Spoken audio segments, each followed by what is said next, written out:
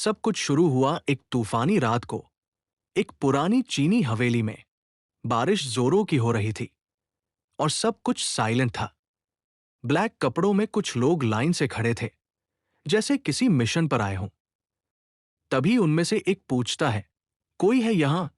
बारिश के पानी से पूरे ग्राउंड में कीचड़ फैला था और उसी में एक गंदा सा बच्चा खड़ा था, सीधे उन लोगों की तरफ देखता हुआ। उन लोगों की शांति अजीब सी लग रही थी।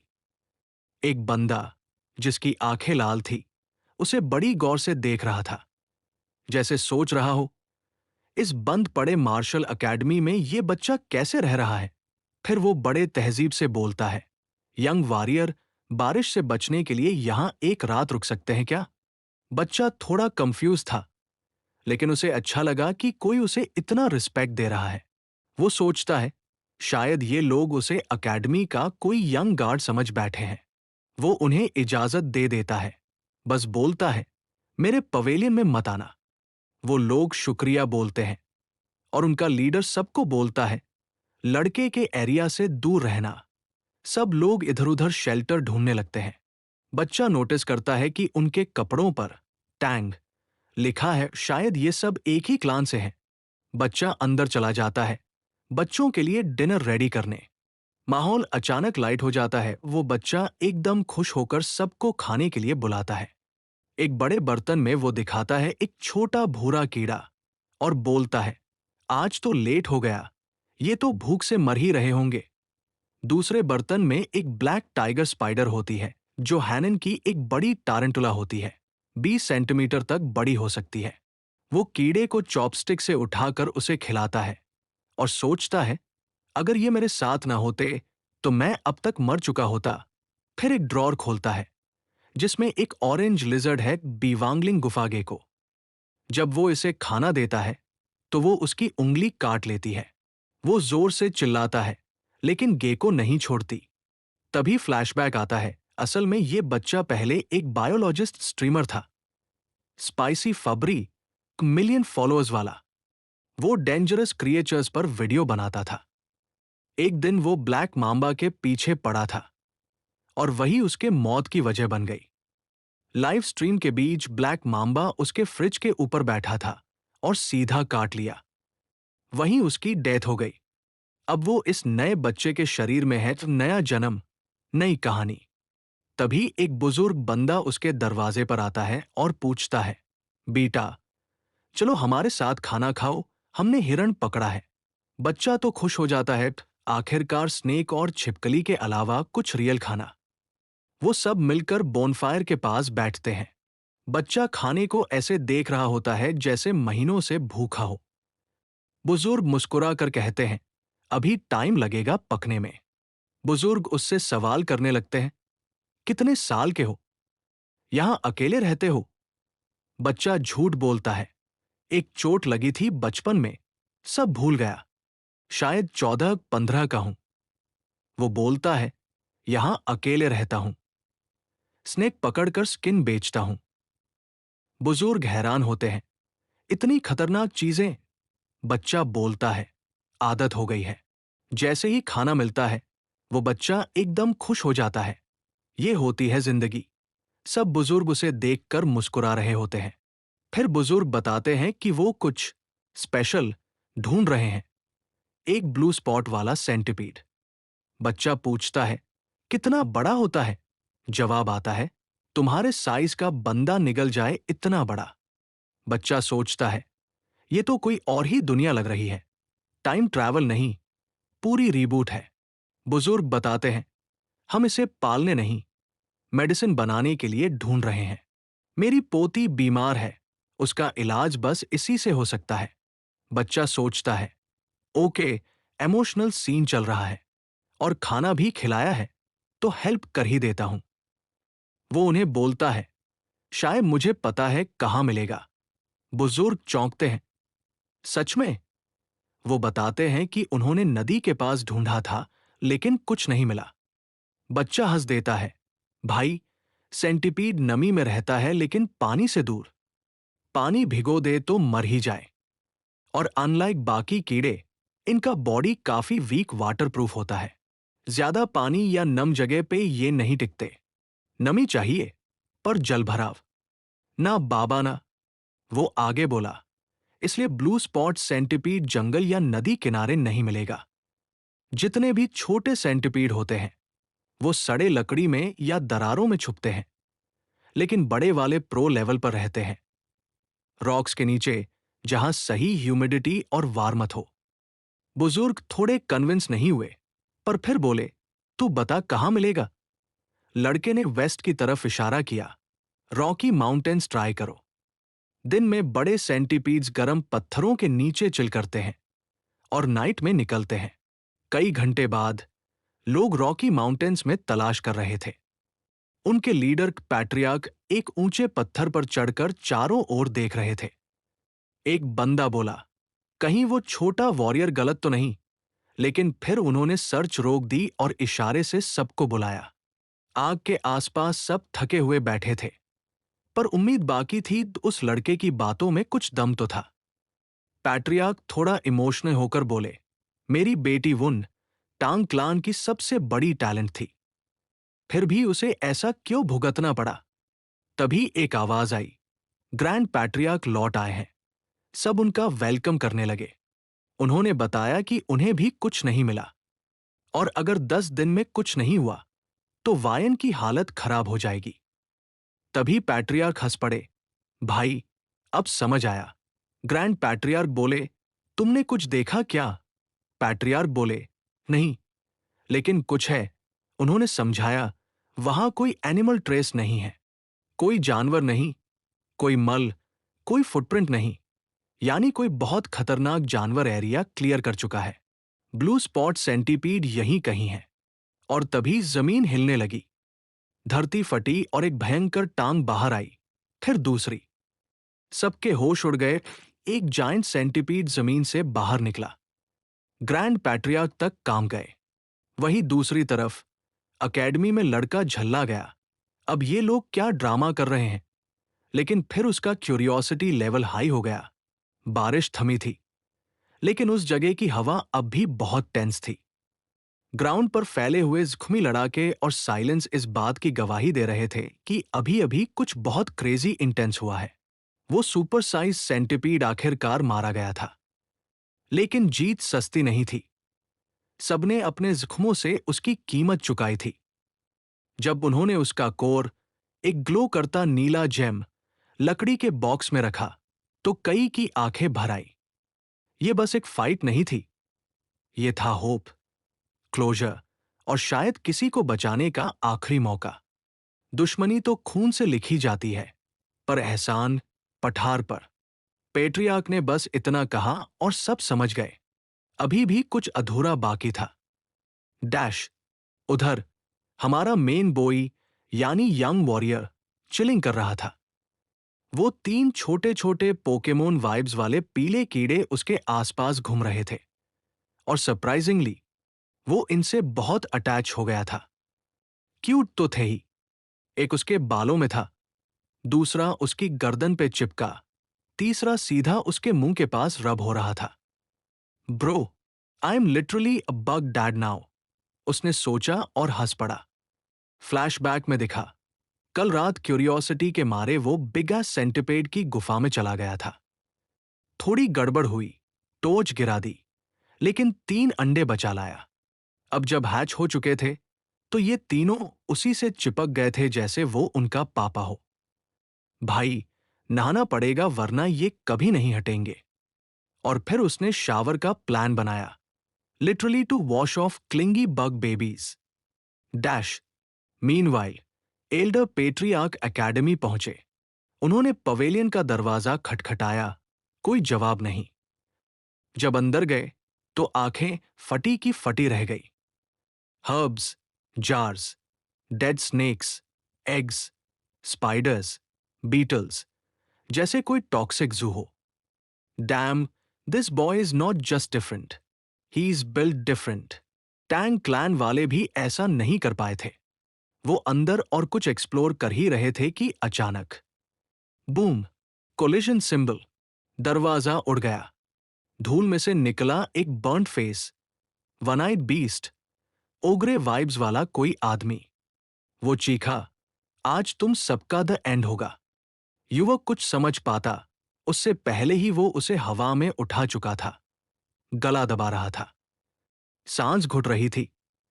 एल्डर चीखे, मुझे ले ले, उसे छोड़ दे। पर वो बंदा, टेकन योम, हंस रहा था। टैंग क्लैन को मैं मिटा दूंगा। डैश। तभी 3 जोड़ी छोटी आंखें चमकी। छोटे से दिखने वाले कीड़े, बेबी सेंटिपीड्स, बीस्ट मोड में आ गए। वो टेकन के हाथ पर चढ़े और बिना रुके काटने लगे। ये कीड़े मेरा क्या उखाड़ेंगे? टेकन बोला। पर अगले ही सेकंड उसका चेहरा नीला पड़ने लगा। खांसी, खून, और फिर डाउन, डिजी फेस। युवक आजाद हुआ, लड़खड़ाता हुआ जमीन पर गिरा। वो बुरा आदमी था ना? उसने पूछा।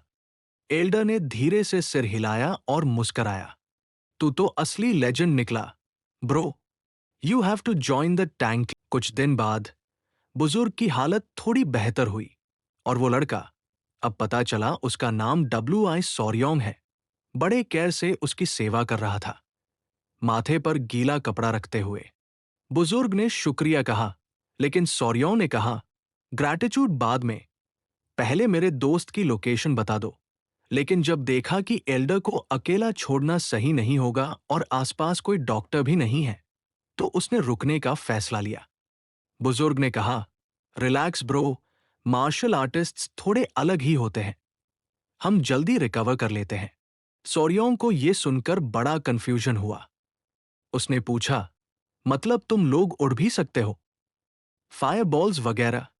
एल्डर ने हंसते हुए बोला, नॉट ऑल, पर टोटली इम्पॉसिबल भी नहीं है। फिर एल्डर ने खुद को फॉर्मली इंट्रोड्यूस किया, Tang Kelson, from the Sichuan Tang clan, और सॉर्योंग ने अपना नाम बताया। केल्सन ने जैसे ही सॉर्योंग सुना, बोला, स्मॉल ड्रैगन। डैम, तेरा नाम तो फुल ऑन बैडएस है। फिर केल्सन की नजर पड़ी उन सेंटिपीड्स पर जो सॉर्योंग के कंधे पर चल रहे थे। उसने पूछा, ये वेनमस है? सॉर्योंग ने एक का पेट सहलाते हुए कैजुअली कहा, हाँ, ये ब्लू स्पॉट सेंटिपीड्स है। केल्सन लिटरली बेड से उछल पड़ा। तूने इन्हें टेम किया है? सॉर्योंग मुस्कुराया, लॉन्ग स्टोरी, ब्रो। केल्सन इंसिस्टेड, भाई, आई हैव गॉट टाइम। सॉर्योंग ने बताया कि कैसे उसने इन सेंटिपीड्स को एग से रेज किया था और कैसे उसने उनके हैच होने का एग्जैक्ट टाइम भी प्रिडिक्ट किया था। एल्डर को तो यकीन ही नहीं हुआ। और फिर सॉर्योंग ने 2 लिजर्ड्स निकाली, एक में येलो व्हाइट स्ट्राइप्स और दूसरी बस simple brown with white tail. Kelson ने पूछा, तूने इन्हें कलर के लिए ब्रीड किया? सॉर्योंग थोड़ा शर्मा कर बोला, आई मीन, हाँ, मुझे प्रिटी लगा। केल्सन अब पूरे बिजनेस मोड में आ गया। ब्रो, इमेजिन अगर तू मोस्ट वेनमस क्रीचर्स को ब्रीड कर पाए, और भी ज्यादा लीथल वर्जन्स बनाने के लिए। सॉर्योंग थोड़े शौक में, हाँ, आई मीन, टेक्निकली हो सकता है। केल्सन लिटरली एक्साइटेड होकर बोला, you have to join my family. Soryong, wait what? Kelson ने ल्योर करना शुरू किया। टैंग क्लैन में तुझे martial arts, rare elixirs, herbs और जितना भी जहर चाहिए सब मिलेगा। तू तो 10 लेजेंडरी वेनमस क्रीचर्स को भी पकड़ सकता है। फिर कैजुअली बोल पड़ा, और हाँ, मेरी बेटी भी है, one of the 3 beauties of the central plains. Soryong, bro what? Kelson tease करता रहा, अरे, तू यंग है but still a man, right? Soryong ने बोला, छोड़ ना भाई, नेक्स्ट टॉपिक प्लीज। फिर बात हुई उन 10 लेजेंडरी वेनमस क्रीचर्स की, जैसे गोल्डन फ्रॉग जो लिटरली गोल्ड जैसा चमकता है, और कुछ ऐसे क्रीचर्स जो इमेजिनेशन के भी बाहर है। सॉर्योंग की आंखों में एक्साइटमेंट साफ था। 2 दिन बाद टैंग क्लैन का एक बंदा आया। न्यूज मिली थी कि अन्यांग दिखाई दिया है। केल्सन ने बताया कि अन्यांग अब अपने पिता जितनी मार्शल लेवल तक पहुंच गया है। सब शॉक थे, बट केल्सन ने क्लैरिफाई किया, मुझे नहीं, इस लड़के ने मारा अन्यांग को। क्लैन मेंबर्स ने सौर्योंग को ऐसे देखा जैसे वो कोई एल्डर की रीबॉर्न वर्जन हो। सौर्योंग कंफ्यूज्ड, व्हाट? कैल्सन ने इशारा किया, सच बता दो। सौर्योंग ने अपनी छाती पर हाथ मारा, कम ऑन आउट। 3 क्यूट से सेंटिपीड्स उसके कपड़ों से बाहर निकले। पूरी रूम में गास्प हुआ। कैल्सन बोला, इन्हीं ने अन्यांग को हराया। क्लैन मेंबर्स थे शूकेत। कैल्सन ने ऑफिशियल अनाउंसमेंट कर दी, मैं इसे टैंग क्लैन में अडॉप्ट करता हूं। Soryong, wait, I need time to think. Clan के लोग समझाने लगे कि ये तो गोल्डन अपॉर्चुनिटी है। कैल्सन भी पुश करने लगा, क्योंकि कुछ अर्जेंट काम था। फिर उन्होंने बताया कि अन्यांग की martial art blood hand poison claw super dark थी, जिसमें ह्यूमन ब्लड और बोन मैरो चाहिए होता मास्टरी के लिए। सौर्योंग का reaction, EWWW dude, that's sick. अब यह भी पॉसिबल था कि अन्यांग कुछ डिसाइपल्स या सीक्रेट स्क्रोल्स छोड़ गया हो, उन्हें भी खत्म करना पड़ेगा। पेट्रियार्क ने पूछा, तू हेल्प करेगा ना? सौर्योंग सोचा, टैंग क्लैन को पूरी तरह समझे बिना लाइफ लॉन्ग कमिटमेंट ना, इंटर्नशिप जैसी देखनी पड़ेगी पहले। उसने कहा, पेट्रियार्क रिकवर हो जाए, फिर चलते हैं। 3 दिन बाद वो एक विलेज पहुंचे, जहां लोग जंगल में डिसअपियर हो रहे थे। विलेज चीफ ने कहा, ऐसा हर साल होता है, कभी कभी कुछ खास पैटर्न नहीं है। चिल्सन कुछ सोच में पड़ गया, नहीं लग रहा। चिल्सन ने बताया कि अन्यांग ने जब खुद को दिखाया था तो यहीं कहीं था, लेकिन ठीक जगह पक्की नहीं थी। सोर्योंग को भी अजीब लगा कि वहां कोई निशान क्यों नहीं मिले। फिर उसे अचानक कुछ याद आया। याद है अन्यांग ने क्या कहा था जब वो आया था? चिल्सन ने सिर हिलाया, नहीं यार, उस वक्त मैं उसकी मार से उड़ चुका था। सोर्योंग बोला, उसने कहा था उसे पता चल गया कि टांग क्लान हेनान आया है, मतलब किसी ने उसकी चुगली की है। फिर उसने आइडिया दिया, जहां जहां टांग क्लान गया था वहां फिर से घूमते हैं और लोगों को अन्यांग की फोटो दिखाते हैं। सब थोड़े दंग रह गए, लेकिन बात दिमाग वाली थी। जैसे ही प्लान फिक्स हुआ, सब तुरंत निकल पड़े। थोड़ी देर बाद वो एक डार्क और सस्पेक्ट गांव पहुंचे। किसी टांग क्लान के मेंबर ने कहा, हेनान पोर्ट पर सुना था ये वही गांव है। चिल्सन ने बताया कि यहां हालाई लोग रहते हैं और उम्मीद थी कि ये लोग फ्रेंडली होंगे, लेकिन पूरा गांव एकदम डेड एनर्जी वाला लगा। सब थकेहारे, बीमार जैसे दिख रहे थे। जब उन्होंने आवाज लगाई, एक बूढ़ा आदमी एक छोटी बच्ची का हाथ थामे सामने आया। उसके साथ 2 गार्ड्स थे, वो भी बीमार जैसे। किल्सन ने शांति से खुद को इंट्रोड्यूस किया और सोर्योंग बस सीन को ध्यान से देख रहा था। बच्ची की हालत बहुत वीक लगी और गांव वालों का पूरा मूड ही अजीब था। सोर्योंग को लगने लगा कि कुछ गड़बड़ है। ज्यादा लोग ऐसे लग रहे थे जैसे कुछ दवा वगैरह खा रहे हों। बूढ़े चीफ ने सब मना किया, सब ठीक है, कोई मिसिंग नहीं है, कोई दिक्कत नहीं है। जब चिल्सन ने सवाल उठाया कि इतने घर हैं, लेकिन लोग कम क्यों, तो चीफ ने फिर टाल दिया। किल्सन और सोर्योंग दोनों कंफ्यूज थे। तभी वो बच्ची वहीं गिर गई। सब चौंक गए। चीफ ने उसे गोद में उठाया और रोने लगा, ये मेरी आखिरी फैमिली है, प्लीज मत जाओ। किल्सन आगे आया और बोला, मैं थोड़ा बहुत मेडिसिन जानता हूं, ट्राई कर सकता हूं। चीफ ने थोड़ी देर सोचा और पूछा, क्या सेंट्रल प्लेन्स की दवाई? किल्सन ने कहा, हां, डॉक्टर नहीं हूं, लेकिन कुछ आता है। फिर चीफ ने अंदर ले जाने दिया। रास्ते में चीफ ने बताया कि गांव में एक प्लेग फैला है, जिससे बच्चे मर रहे हैं और बाकी लोग भी बीमार हो रहे हैं। उसने अपने पोती को बचाने की भीख मांगी। किल्सन ने कहा, फुल ट्राई मारूंगा। बाहर खड़े सोर्योंग ने एक मेंबर से पूछा, ये एल्डर सही में हकीम है? उसने बताया, हमारे पास जहर की नॉलेज बहुत है, तो दवाइयों की भी है। मार्शल आर्ट्स की ट्रेनिंग भी बॉडी और मेडिसिन से शुरू होती है। सोर्योंग सोच में पड़ गया, टांग क्लान ज्वाइन करूं तो जहर से ज्यादा मेडिसिन सीखना बेहतर होगा। तभी वो बंदा कैजुअली बोल पड़ा, हम कैदियों पर जहर टेस्ट भी करते हैं। सोरियों का मुंह अजीब हो गया। Bro, human testing? सीरियसली? गांव के रास्ते खाली पड़े थे, साइलेंस हर तरफ। एक घर में किल्सन बच्ची का इलाज कर रहा था। उसने अपनी एनर्जी ट्रांसफर करके उसकी सांसें नॉर्मल की।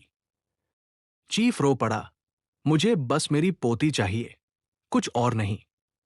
किल्सन ने बच्ची की नब्ज चेक की और पूछा, ये जन्म से ही वीक हार्ट वाली है क्या? चीफ ने कहा, नहीं, 6 महीने पहले सब शुरू हुआ। सिर्फ ये नहीं, पूरे गांव में बच्चे और लोग बीमार पड़ने लगे। किल्सन ने कहा, घबराओ मत, दिल की दवा दूंगा, बाकी लोगों को भी बांटेंगे।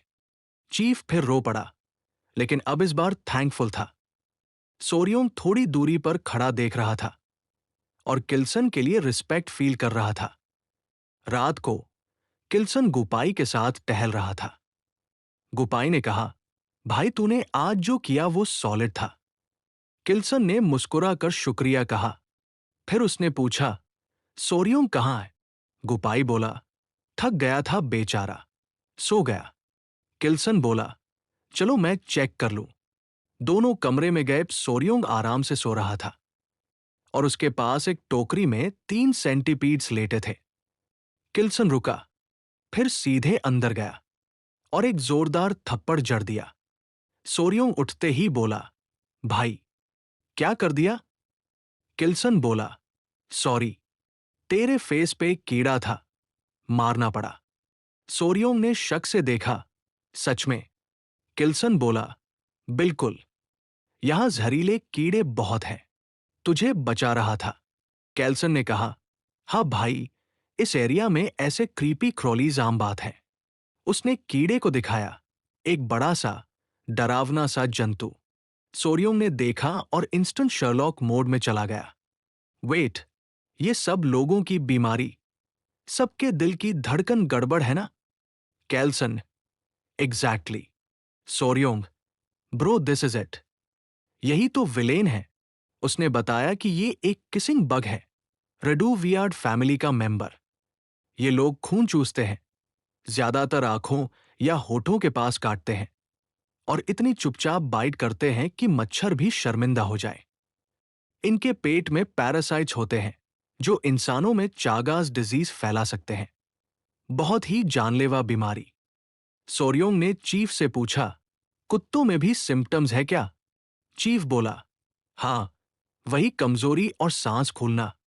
सोरियोंग, तो बात पक्की है। इलाज टाइम। कैल्सन मुस्कराया, पाई को देखा, क्या बोलता भाई? पाई, सोरियोंग तो पूरा जीनियस निकला। सोरियोंग थोड़ा कंफ्यूज था, इतना वाई सो सीरियस मूड क्यों? कैल्सन बोला, ब्रो, हम टैंग क्लैन वाले हैं। सोरियोंग अंदर ही अंदर, अरे तो अब आया असली खुलासा।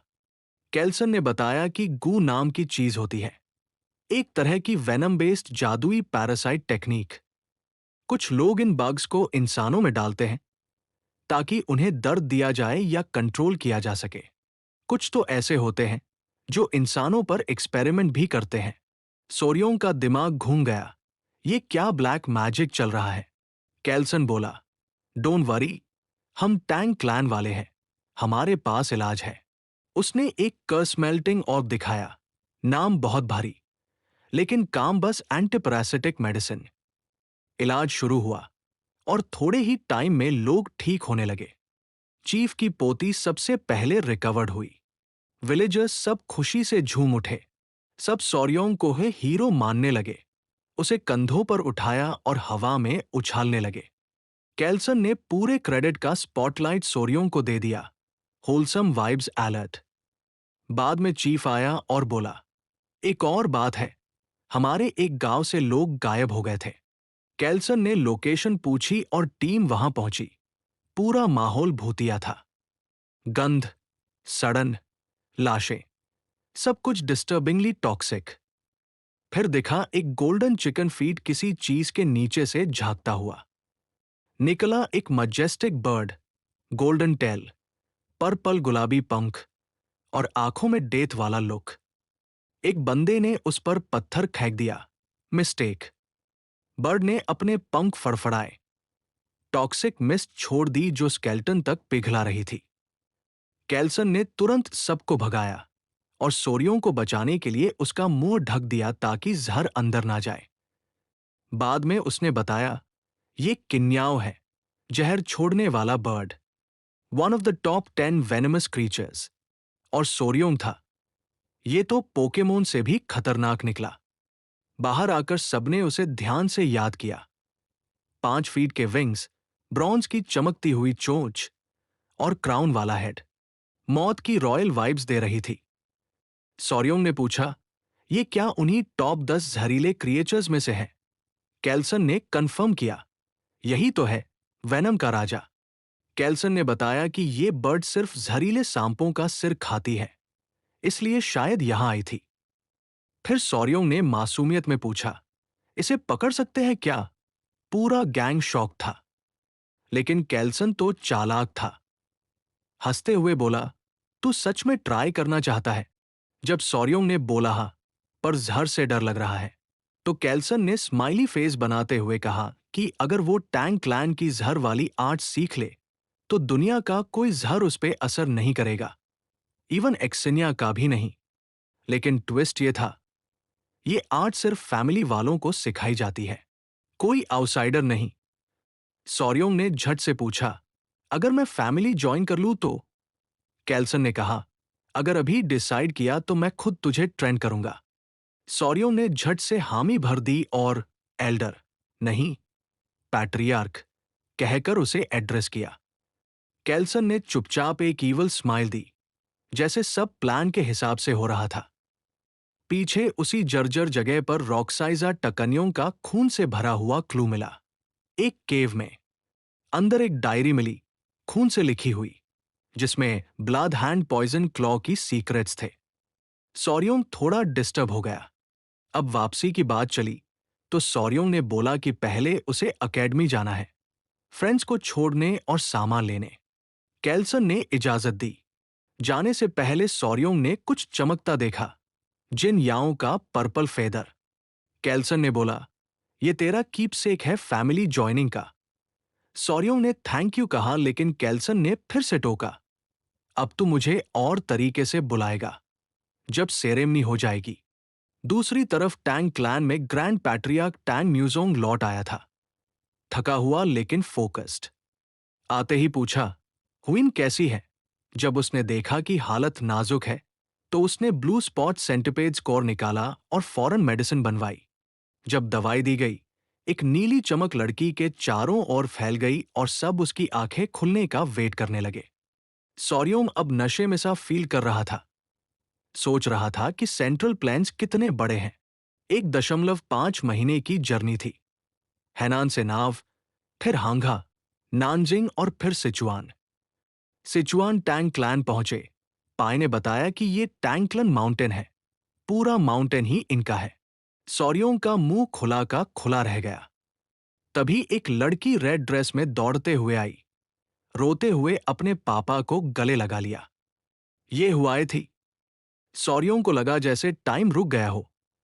इतनी खूबसूरत कि अपनी एक सेलिब्रिटी भी फीकी लग रही थी। चिल्सन ने सोरियोंग को हुआए से मिलवाया। सोरियोंग ने पुरानी खूल और घास वाली बात याद की और शर्मा गया। तब चिल्सन ने बोला, यही है वो खूल। सोरियोंग को लगा कि उसने जिंदगी की सबसे बड़ी गलती कर दी, इतनी स्ट्रॉन्ग और खूबसूरत लड़की को अनदेखा किया। जब एक बुजुर्ग ने सुझाव दिया कि परिवार का मुखिया दूसरी शादी कर ले, तो उन्होंने साफ मना कर दिया और सब दंग रह गए। ये सुनकर हियान ने ठान लिया कि वो खुद को साबित करके दिखाएगी। वो चाहती थी कि लोग उसे सिर्फ उसकी खूबसूरती नहीं, उसकी ताकत और स्किल्स के लिए याद रखें। लेकिन जल्दीबाजी में उसने कुछ ऐसी चीजें कर ली जिससे उसकी ट्रेनिंग में गड़बड़ हो गई और उसका हार्ट डेमन जाग उठा। जब हियान को होश आया तो उसके बेड के चारों ओर उसके मां, ग्रैंड पैट्रियार्क और 2 लोग और खड़े थे। उसकी मां की आंखों में राहत थी और हियान खुद रोते हुए माफी मांग रही थी। उसे लगा उसने सब कुछ खो दिया है। लेकिन उसके दादा, ग्रैंड पैट्रियार्क ने प्यार से डांटा, रो मत, नालायक। तू सो ज़ारों की मास्टर बन चुकी है, क्या ये छोटी बात है? हियान कंफ्यूज हो गई। सो ज़र। फिर उसे एहसास हुआ कि उसकी बॉडी अजीब सी एनर्जी छोड़ रही है। तभी ग्रैंड पैट्रियार्क ने बताया कि एक रहस्यमय यंग वॉरियर ने न सिर्फ उसकी जान बचाई, बल्कि उसे 1000 ज़रों की ताकत भी दे दी, और जो पहले से कई गुना ज्यादा थी। वही सॉर्यम अपनी पुरानी बात याद करके शर्म से पानी पानी हो गया। उसने हियान की तुलना कभी घास से कर दी थी। वो खुद पर झुंझलाया, लेकिन माहौल को हल्का करने के लिए मजाक में बोला कि पैट्रियार्क ने उसकी बात को ज्यादा सीरियस ले लिया। सॉर्योंग ने फिर हियान को रिस्पेक्टफुली ग्रीट किया और कहा कि उसे ठीक देखकर अच्छा लग रहा है। हियान ने खुद को टैंग हुयन यानी जहरीला खूल कहकर इंट्रोड्यूस किया और बोला कि वो उसकी मदद कभी नहीं भूलेगी। सॉर्योंग उसकी खूबसूरती से इतना इम्प्रेस था कि कुछ बोल ही नहीं पा रहा था। तभी कैल्सन ने सॉर्योंग से पूछा, तो बेटा, मेरी बेटी कैसी लगी? सॉर्योंग चौंक गया क्योंकि सवाल सीधा नहीं, उसके दिमाग में टेलीपैथी से आया था। बाद में सॉर्योंग बड़ा सा हॉट वाटर बाथ ले रहा था और पूरी तरह थका हुआ लग रहा था। पास में उसकी प्यारी सेंटिपीड्स एक बास्केट में आराम से सो रही थी। एक उठी, मुस्कुराई भा, वो सच में स्माइल कर रही थी। सॉर्योंग ने उनसे कहा, गर्म पानी है, ध्यान रखना।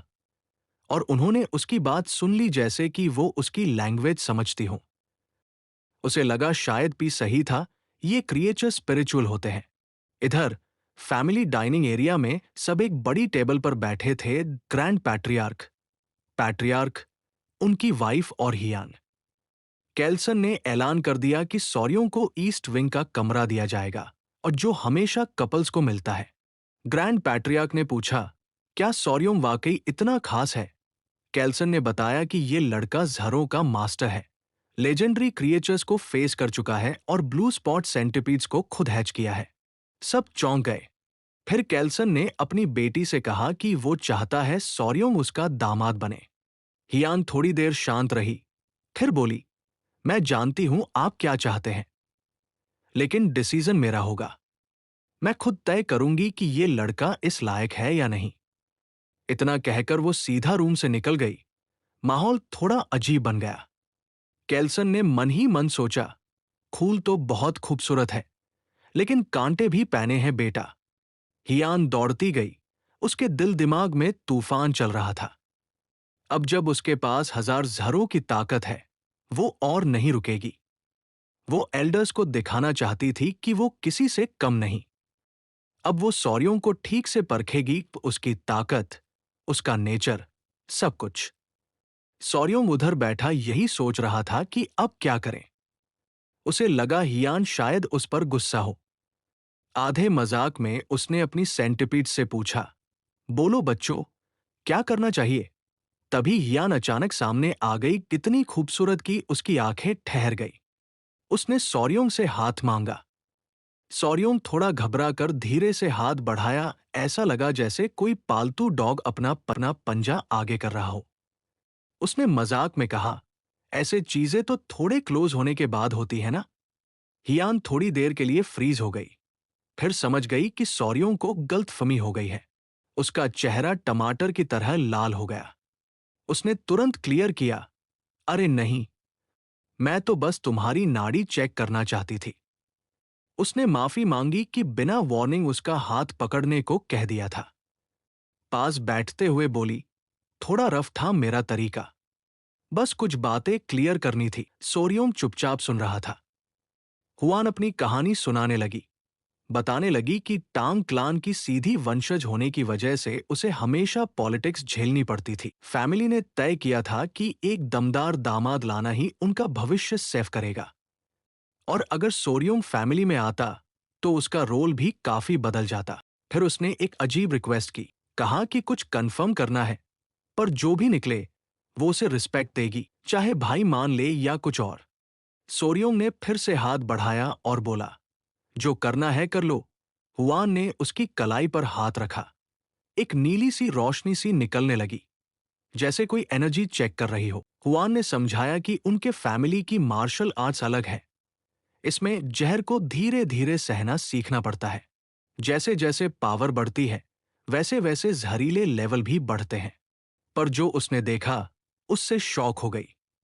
सोरियों की बॉडी एक खास लेवल तक जहर झेल सकती थी। ये बड़ी बात थी उसके जैसे किसी के लिए जो टांग फैमिली से नहीं था। लेकिन हुआन ने ये भी क्लियर कर दिया कि इससे ऊपर वो नहीं जा पाएगा। उसका टैलेंट वहीं तक सीमित रहेगा। हुआन चली गई और सोरियों सोच में पड़ गया। अकेले बैठा वो समझने की कोशिश कर रहा था कि इसका क्या मतलब है। शायद अब वो उस एक चीज को हासिल न कर पाए जो उसके लिए बेहद जरूरी थी। कई घंटे बाद हुआन नहाकर निकली, लेकिन उसे अब भी अपनी बॉडी से एक अजीब सी स्मेल आती लग रही थी। वो सोचने लगी, शायद उस ब्लू स्पॉट सेंटिपीड की वजह से जो उसने एब्जॉर्ब कर ली थी। उसे लगने लगा कि शायद ये उस वक्त की सजा थी जब उसने अपने सेवियर के लिए कुछ कड़वे बोल बोले थे। उधर सोरियोंग गहरी नींद में था, एक सपना देख रहा था। उसमें कोई उसे थैंक यू बोल रहा था। वो हैरान था, पर जब पूछा कि क्या ये सपना है, तो सामने वाली ने बोला, सपने जैसा लग रहा है, पर असल में कुछ और है। वो सामने वाला असल में वही सेंटिपीड थी, बस हुआन का चेहरा लेकर आई थी ताकि डर न लगे। फिर 3 छोटी लड़कियां प्रकट हुई। सोरियोंग समझ गया कि ये सेंटिपीड की औलादें हैं। उसने पूछा कि ये सब कैसे हो रहा है, तो सेंटिपीड ने बताया कि जब उसे मारा गया, उसकी आत्मा एक ग्रज के साथ उसके कोर में कैद हो गई। लेकिन अब, क्योंकि उसके सारे बच्चे सोरियों के पास थे, उसे अपने ग्रज को शांति देने का मौका मिला। फिर उसने एक सिंपल सा रिक्वेस्ट किया, क्या तुम मेरे बच्चों का ध्यान रख सकते हो जब तक वो बड़े ना हो जाएं? सोरियोंग ने बिना सोचे हाँ कर दी। पर जब उसने पूछा कि बच्चे तो जल्दी इंडिपेंडेंट हो जाते हैं, तो सेंटिपीड ने कहा, हमारी स्पीशीज थोड़ी अलग है। इन्हें तब तक मां की एनर्जी चाहिए जब तक ये 2 बार ट्रांसफॉर्म न कर लें। अब बड़ा सवाल ये था, क्या बच्चों को हुआन के अंदर के कोर से एनर्जी लेनी होगी? सेंटिपीड ने बताया कि उसने गुस्से में हुआन को शाप दिया था, जिससे उसकी बॉडी से अजीब स्मेल आती है और कोई लड़का उसके पास ना आ सके। लेकिन अगर उसके बच्चे हुआन की एनर्जी चूस ले, तो वो शाप हट जाएगा। बोला कि वो किसी की हालत का फायदा नहीं उठाना चाहता।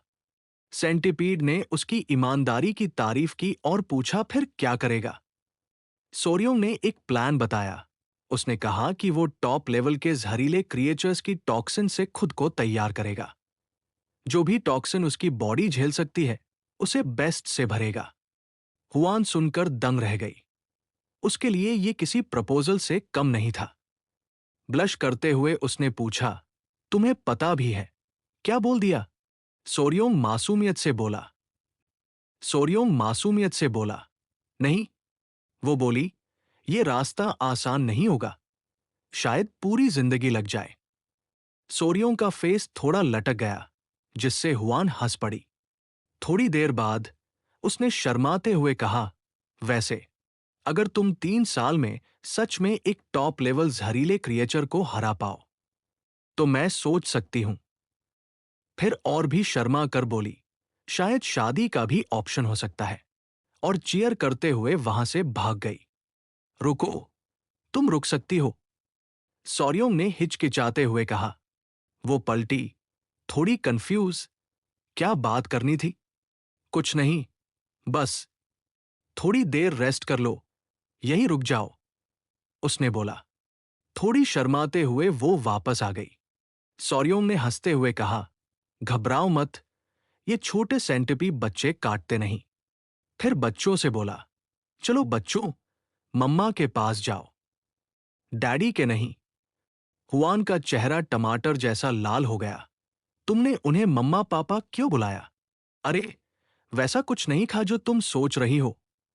सॉरियोंग ने झट से सफाई दी। इधर घर के अंदर चिल्सन, उसकी वाइफ और मूसियांग बात कर रहे थे। लड़का टैलेंटेड है, लेकिन हमारी बेटी का दिल जीत नहीं पाया। मूसियांग ने शक जताया, सुबह उन्हें साथ देखा था। कुछ तो चल रहा है। हुआन की मां ने कहा, मुझे लगता है इस बार बेटी थोड़ा इंटरेस्टेड है, तो क्या जबरदस्ती शादी कर दे? चिल्सन ने कहा, नहीं, टाइम दो, नेचुरली फीलिंग्स बढ़ेंगी। मूसियांग ने सलाह दी, एक आइडिया है, हुआन उसकी ट्रेनिंग ले, साथ वक्त बिताएंगे तो समझ बढ़ेगी। मां ने सुझाया। सभी ने हामी भरी। फिर बात निकली कि पुराने हर्बल सेट से बात करके कुछ एक्स्ट्रा पावर बढ़ाने का जुगाड़ किया जाए। अचानक हुआन आ गई, दरवाजे पर खड़ी हुई, थोड़ी शर्मा कर बोली, मैं वही करूंगी जो आपने कहा था। सब हक्के बक्के। चिल्सन बोला, मतलब क्या? वो सॉर्योंग ने कहा है कि वो दुनिया का सबसे स्ट्रांग बन जाएगा। मेरे लिए, वो धीरे से बोली। सब शॉक्ड। वो बोल्ड है, हिम्मती है। मूसियांग हंस पड़ा। उसने कहा, वो टॉप 10 जहरों वाले बीस्ट को हरा देगा मेरे लिए। हुआन ने धीरे से जोड़ा, ये तो लव लैंग्वेज का नया लेवल है। मां ने मुस्कुरा कर कहा। हुआन ने फिर कहा, मैंने उससे कह दिया, अगर उसने एक भी बीस्ट को हरा दिया तो शायद शादी पर सोच सकती हूं। मां बोली, लड़के अक्सर हिंट मिस कर देते हैं, समझ जाएगा तो और ज्यादा मेहनत करेगा। मूसियांग ने हंसकर कहा, मानो वो हमारा दामाद है, पर ऐसा दिखाओ जैसे हम अभी डिसाइड कर रहे हैं।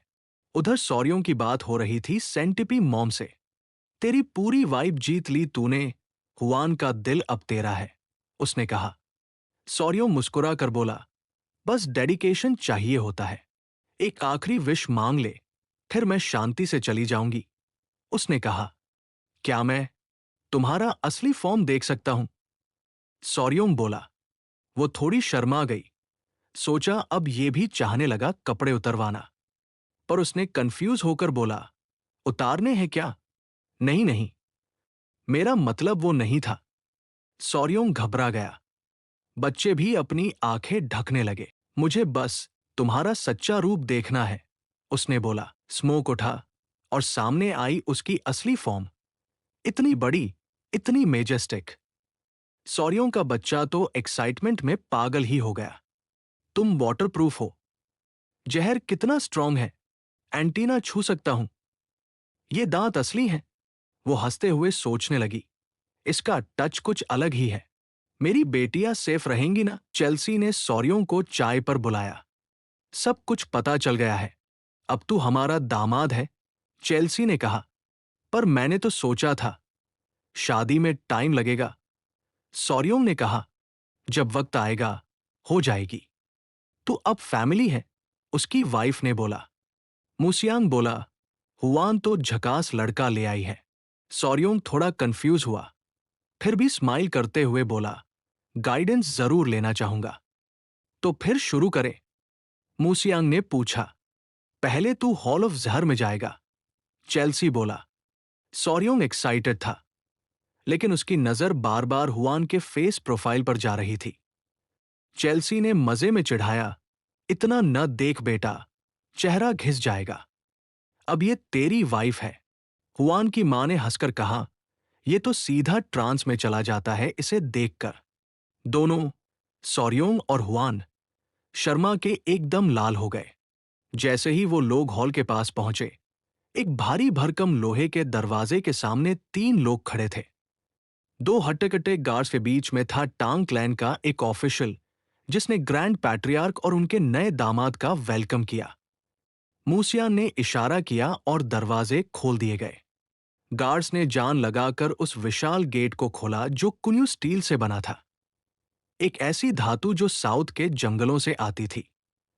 गेट खुलते वक्त जो आवाज आई, उससे साफ था कि यह दरवाजा सिर्फ दिखाने के लिए नहीं था। सोरियोंग ये सब देखकर थोड़ा हंस दिया। मन में सोचा, इतनी सिक्योरिटी, ये तो मिडिवल टाइम्स जैसी वाइब दे रही है।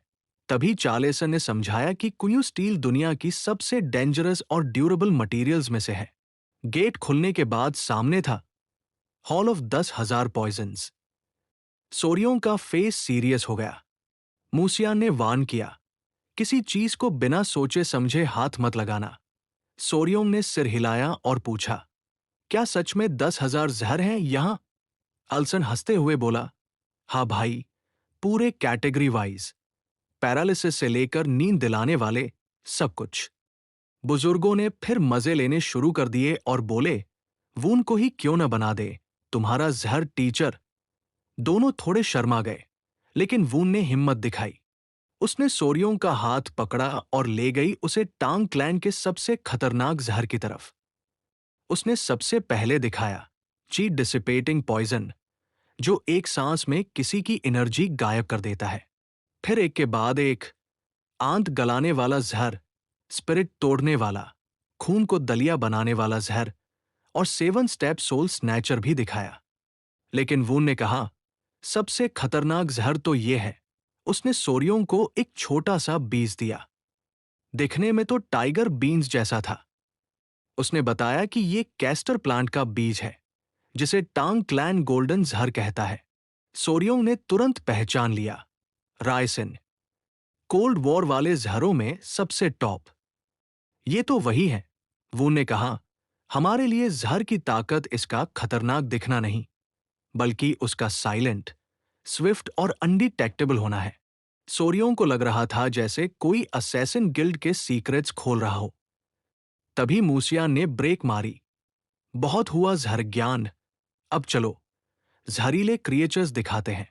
सोरियों की आंखें चमक उठीं, लेकिन तभी आया पाए हाफता हुआ।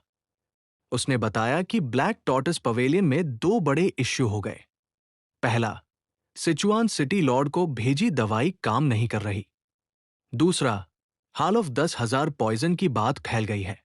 पैट्रियार्क ने तुरंत वहां चलने का बोला और सोरियों को भी साथ लिया। वहां पहुंचते ही बुजुर्गों ने बवाल शुरू कर दिया। एक अनजान अनाथ को वून से जोड़ दिया। ये क्लैन का फ्यूचर है। चियान गुस्से से कांपने लगा। पूरा ग्रीन आभा में आ गया। लेकिन बुजुर्ग रुके नहीं। तब मूसिया ने डांट लगाई, ये मेरा फैसला है। किसी को दिक्कत है? बुजुर्गों ने ग्रैंड पैट्रियार्क से कंप्लेन करनी शुरू कर दी। ऐसे बंदे को जहर की जिम्मेदारी देना रिस्क है। वून ने साइड में आकर सोरियों से सॉरी बोला, लेकिन सोरियों को लग रहा था कि उसे माफी मांगनी चाहिए। तभी सोरियों बोल पड़ा, 1 मिनट, अगर दिक्कत मेरी स्किल से है तो मैं प्रूव करता हूं। पूरा हॉल चुप हो गया। उसने ऑफर किया, जो दवाई फेल हुई है उसी को मैं ठीक करता हूं। आप सबके सामने। बुजुर्गों को गुस्सा आ गया। तू है कौन जो डिस्कशन में कूद पड़ा? लेकिन सोरियों ने फिर रिमाइंड कराया, मैं वही बंदा हूं जिसने आपकी लेडी हुयू को बचाया, टेकन को हराया और पैट्रियार्क की जान बचाई थी। फिर उसने अपने 3 स्पॉटेड सेंटीपीड्स बाहर निकाले, छोटे लेकिन घातक। बुजुर्ग डर के मारे कांप उठे। ये वही हैं जिन्होंने टेकन को मारा था, पैट्रियार्क ने चौंकाते हुए कहा। अंत में पैट्रियार्क ने कहा, अब बहुत हुआ।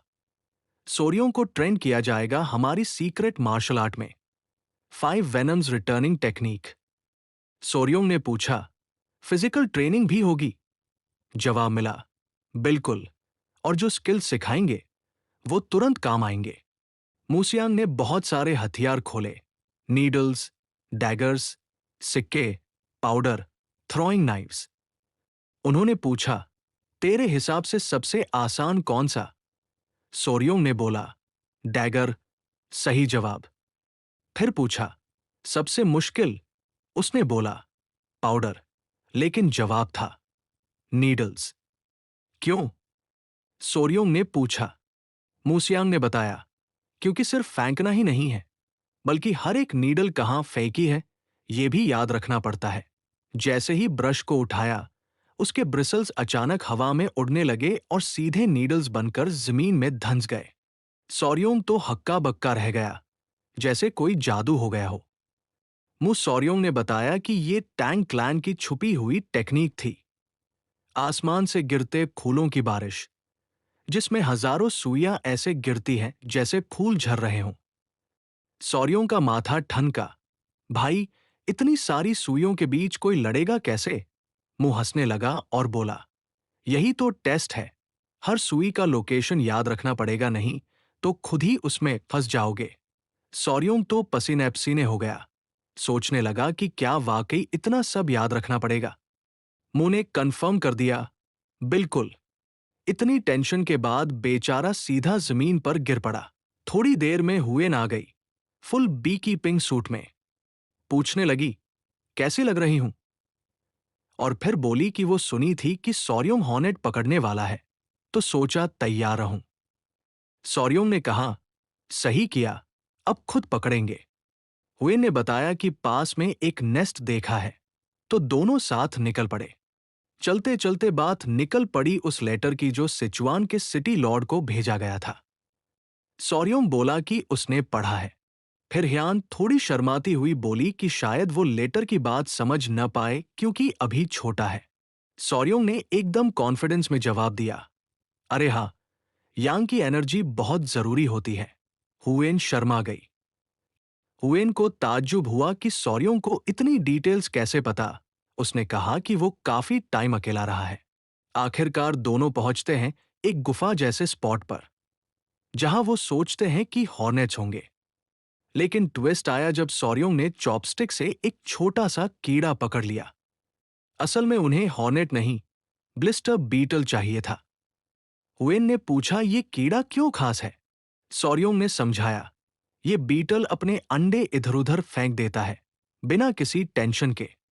जब उसके बच्चे निकलते हैं तो खूल बनने की एक्टिंग करते हैं, जिससे मधुमक्खियां धोखा खा जाती हैं और उन्हें अपने नेस्ट तक ले जाती हैं। और वहीं ये छोटे कीड़े घुस जाते हैं, पूरे गैंगस्टर वाइब्स में।